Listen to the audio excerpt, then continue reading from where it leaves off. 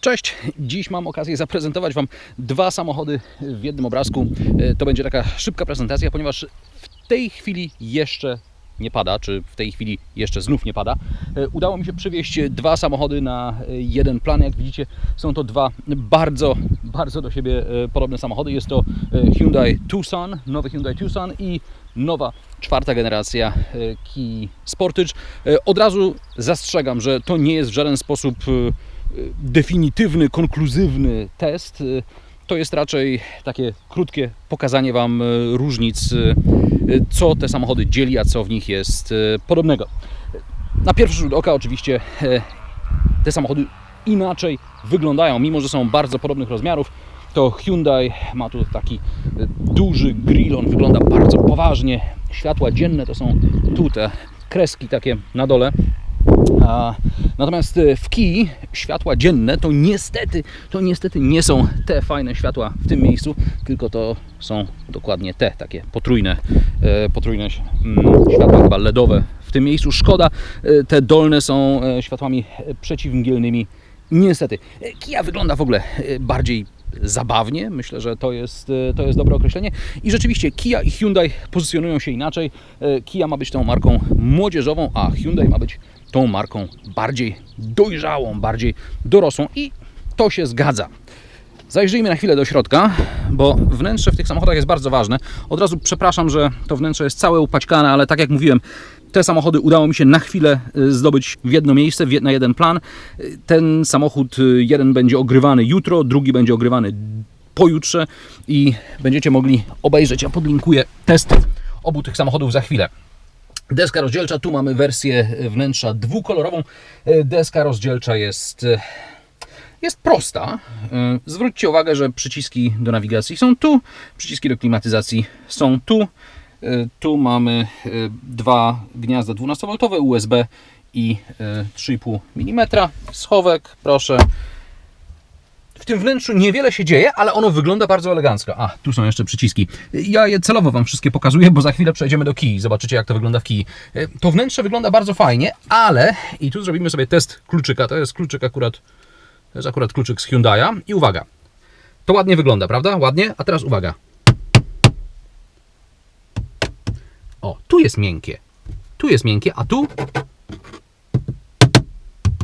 Dlaczego nie mogli zrobić tego miękkiego tu? W Kii.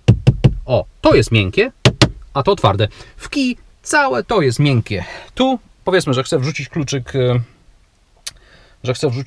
tu.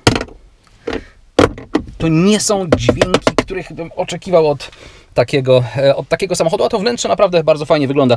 Tu mamy jeszcze przyciski związane z napędem na 4 koła i związane z trybem jazdy. O tym więcej szerzej we właściwym teście, kiedy będę opowiadał o każdym z tych samochodów z osobna. Szybko jeszcze zajrzyjmy na tył, czy do tyłu. Tu miejsce na butelkę, przyciski i tak dalej, i tak dalej. To wszystko będzie bardzo podobne w Kii. O, przepraszam, nie będę tu wsiadał, bo tu jest czysto. Nie będę sobie robił tutaj syfu przed jutrzejszymi zdjęciami. W każdym razie kanapa, dwa uchwyty na napoje. Fotele można złożyć je na płasko i można je też ustawiać pod różnymi kątami. To będzie dokładnie tak samo w Kii. Zajrzyjmy jeszcze do bagażnika. To jest ten kluczyk, ciach. To jest chyba główna różnica między Kią a Hyundaiem. Hyundai ma trochę większy bagażnik. Tu pod podłogą zmieściło się, jak być może widzicie, pełne koło zapasowe. I okej. Tak w dużym skrócie wygląda Hyundai. Obejrzyjcie go sobie jeszcze z tyłu. Nawiasem mówiąc, Hyundai, z której strony by na niego nie spojrzeć, jest bardzo ładny. Nawet teraz, kiedy jest trochę przybrudzony. O właśnie, to jest wersja z silnikiem wysokoprężnym, dlatego ma podwójny wydech, podwójną końcówkę wydechu po prawej stronie. A teraz, kiedy przejdziemy do Kii, która jest z kolei napędzana silnikiem benzynowym turbodoładowanym, tu mamy dwie pojedyncze końcówki po obu stronach. To jest ta wersja GT Line, niby usportowiona. Hyundai jest... Zobaczcie sobie jeszcze z boku. Hyundai jest dwulitrowy z silnikiem wysokoprężnym 185 koni, Kia 1.6 benzyna turbo 177 chyba koni mechanicznych. Teraz otwieramy sobie od razu bagażnik Kii. Bagażnik Kii jest pusty, w nim nie mam sprzętu, sprzęt jest w drugim samochodzie. Ten bagażnik jest trochę mniejszy, musicie mi uwierzyć na słowo. Pod spodem jest za to tylko dojazdówka, ale widzicie, te koła zapasowe, niezależnie od tego, czy jest to dojazdówka, czy koło pełne, zabierają nam trochę miejsca, bo o właśnie, tu się jeszcze jako tako da tę podłogę ułożyć, aczkolwiek ja mam wrażenie, że ona tam się opiera na podnośniku, natomiast w Hyundaiu ze względu na pełne koło zapasowe tego się już zrobić niestety nie da. Nie podoba mi się to, że tu widać gołą blachę. Nie jestem fanem tego rozwiązania, ale co zrobić? Bardzo fajnie, że w obu samochodach rolety można zdemontować, można je przesunąć tu, żeby można było bardziej pochylić oparcia.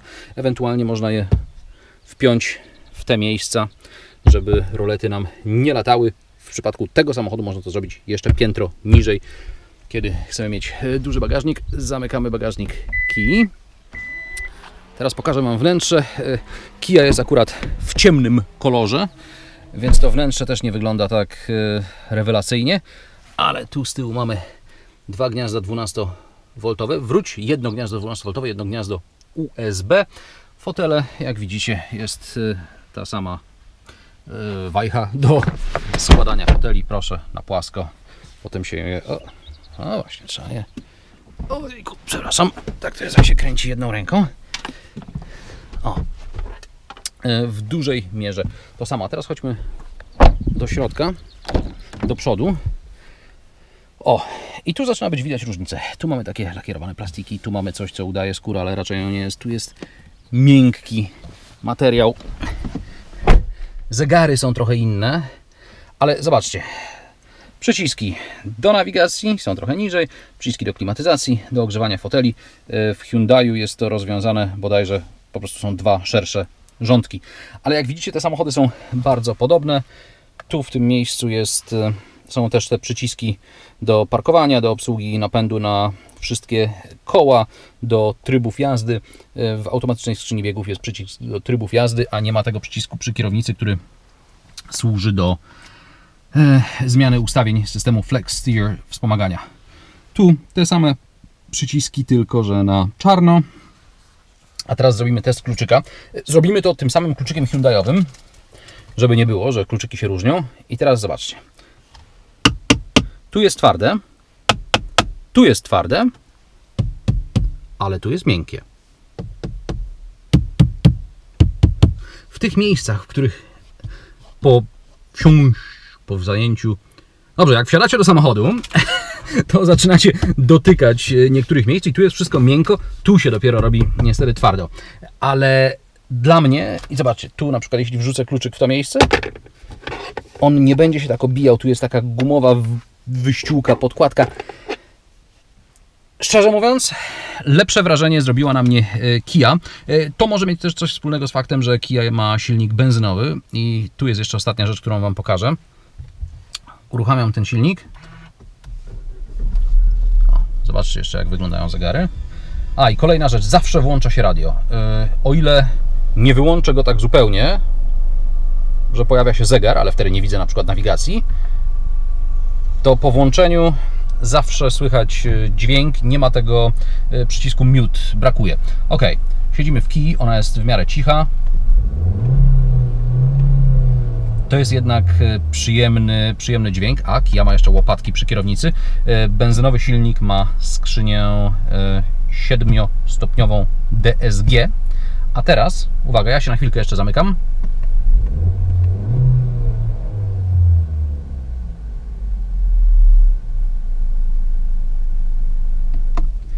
Teraz przejdziemy jeszcze szybko do Hyundai'a.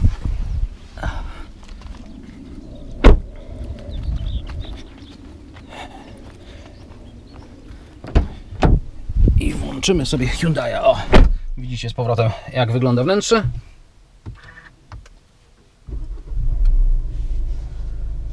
O, tu już radio mam wyłączone. No, słychać, że to jest niestety diesel. I teraz uwaga.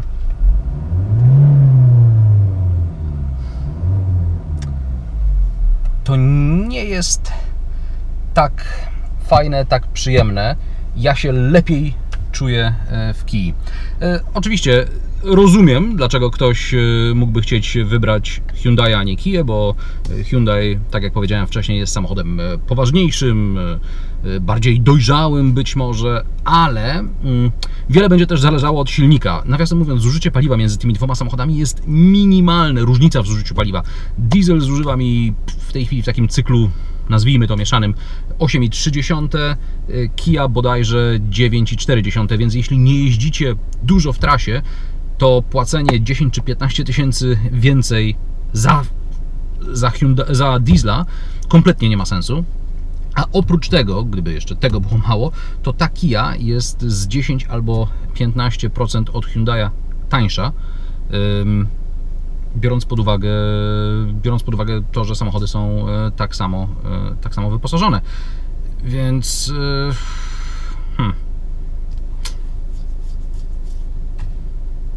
no ja bym wziął Kię. A Wy?